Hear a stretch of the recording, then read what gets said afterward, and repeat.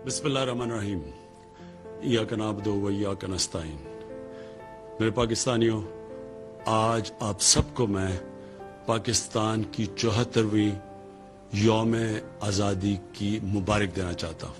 ये पाकिस्तान मैं हमेशा कहता हूँ, एक अजीम ख्वाब का नाम था, और वो ख्वाब थी हमारे फाउंडिंग फादर्स कायद आज़म मोहम्मद अली जिन्नाह और इल्लामा इकबाल की।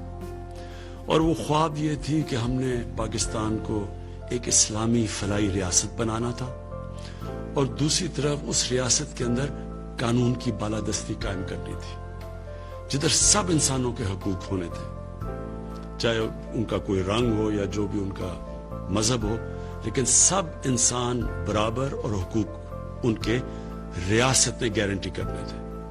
तो ये एक बहुत बड़ी ख्वाब है, और इस सफर के ऊपर हम निकले हुए हैं, और मुझे कोई शक नहीं कि इंशाअल्लाह इस मंजिल तक हम पहुंच जाएंगे।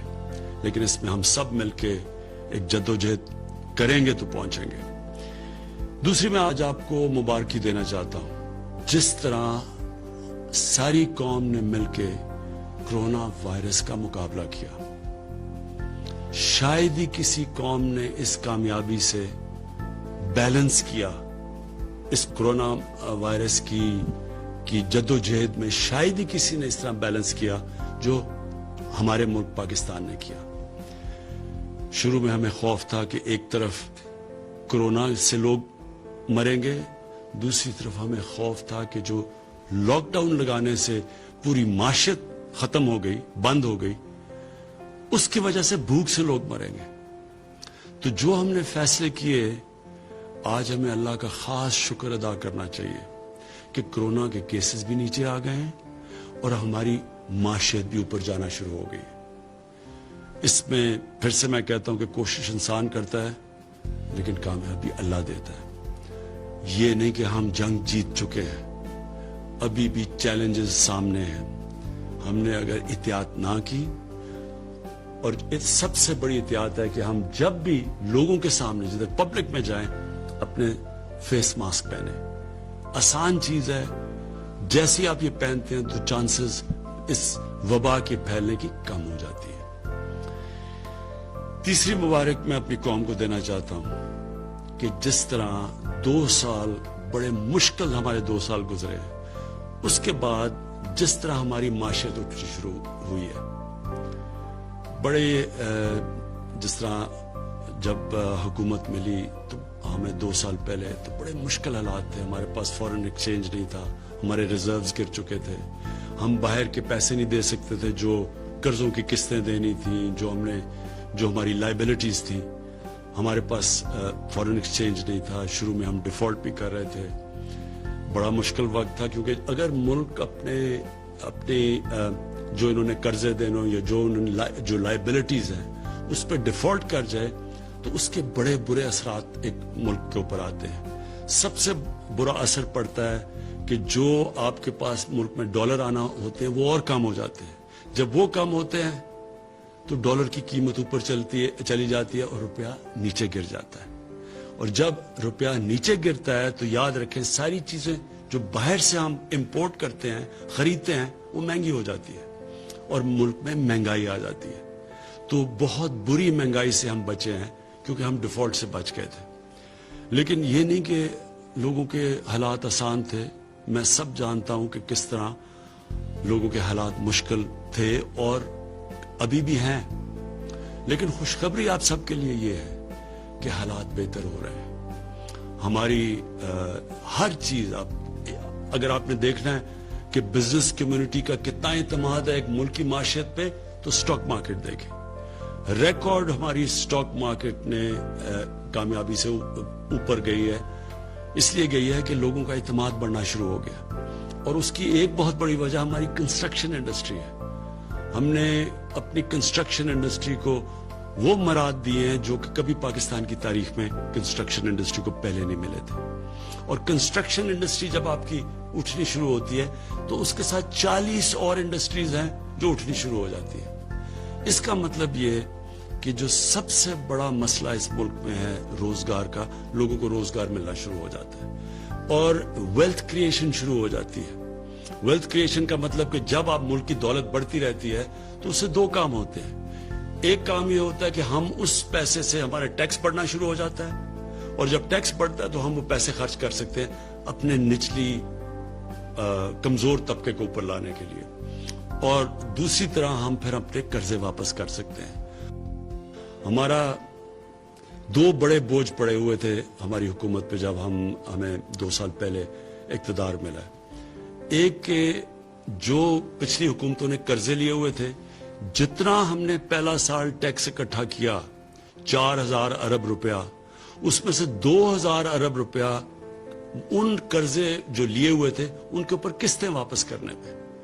तो मुल्क के पास पैसा आधा रह गया मुल्क चलाने के लिए, और फिर मजीद और कर्जे लेने पड़े मुल्क चलाने के लिए. और जो दूसरा बोझ है वो मैं बाद में बताऊंगा, वो पावर सेक्टर का है. बिजली महंगी बना रहे हैं, जो कॉन्ट्रैक्ट साइन किए हुए हैं उसमें बिजली महंगी बन रही है, और हम उस रेट पे पब्लिक को बिजली बेच नहीं सकते क्योंकि आगे बहुत महंगी बिजली है.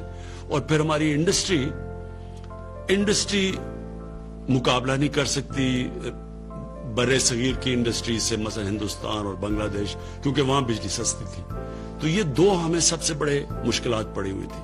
तो इसके लिए जो हमारी माशियत थी वो उठ नहीं रही थी, क्योंकि हम बैलेंस कर रहे थे, अपने खर्चे कम कर रहे थे, आमदनी बढ़ाने की कोशिश कर रहे थे. तो अल्लाह का शुक्र है कि आज हमारी आमदनी बढ़नी शुरू हो गई है. इस कोरोना वायरस के बावजूद हमारी जुलाई के अंदर जो टैक्स कलेक्शन है वो जो हमने टारगेट सेट किया था उससे ज्यादा हुई है, और आगे और बेहतर हालात नजर आ रहे हैं. और जैसे जैसे हमारी कंस्ट्रक्शन इंडस्ट्री चलेगी तो इंशाल्लाह हमारी टैक्स कलेक्शन भी बढ़ती रहेगी और रोजगार भी लोगों को मिलता रहेगा. और हमारा जो और खुशाइन चीज है, हमारी एक्सपोर्ट्स बढ़नी शुरू हो गई है.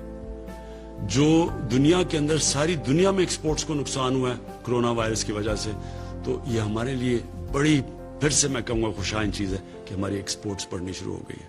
हमारी टैक्स कलेक्शन ऊपर चली गई है, हमारी स्टॉक मार्केट ऊपर चली गई है, सीमेंट की सेल्स ऊपर चली गई. इसका मतलब कंस्ट्रक्शन एक्टिविटी शुरू हो गई है. और इंशाल्लाह आगे जो हम अब देख रहे हैं कि हालात अब मजीद बेहतर होते जाएंगे.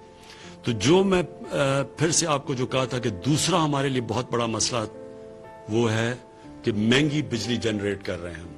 कॉन्ट्रैक्ट्स जो साइन किए हुए थे माजी में हुकूमतों ने, वो बिजली जिस कीमत पे बना रहे थे उसमें और जो हम बेच रहे थे उसमें बहुत बड़ा फर्क था, जिसकी वजह से हमारे गर्दिशी कर्जे बढ़ते जा रहे थे. कोई भी दुकान नहीं चल सकती अगर वो माल खरीदे 10 रुपए का और बेचे लोगों को 5 रुपए का. कोई दुकान नहीं चल सकती.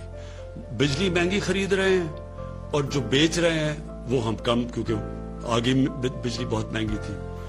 तो लिहाजा मुज़ाकरात चल रहे थे गवर्नमेंट के और इंडिपेंडेंट पावर प्रोड्यूसर्स के.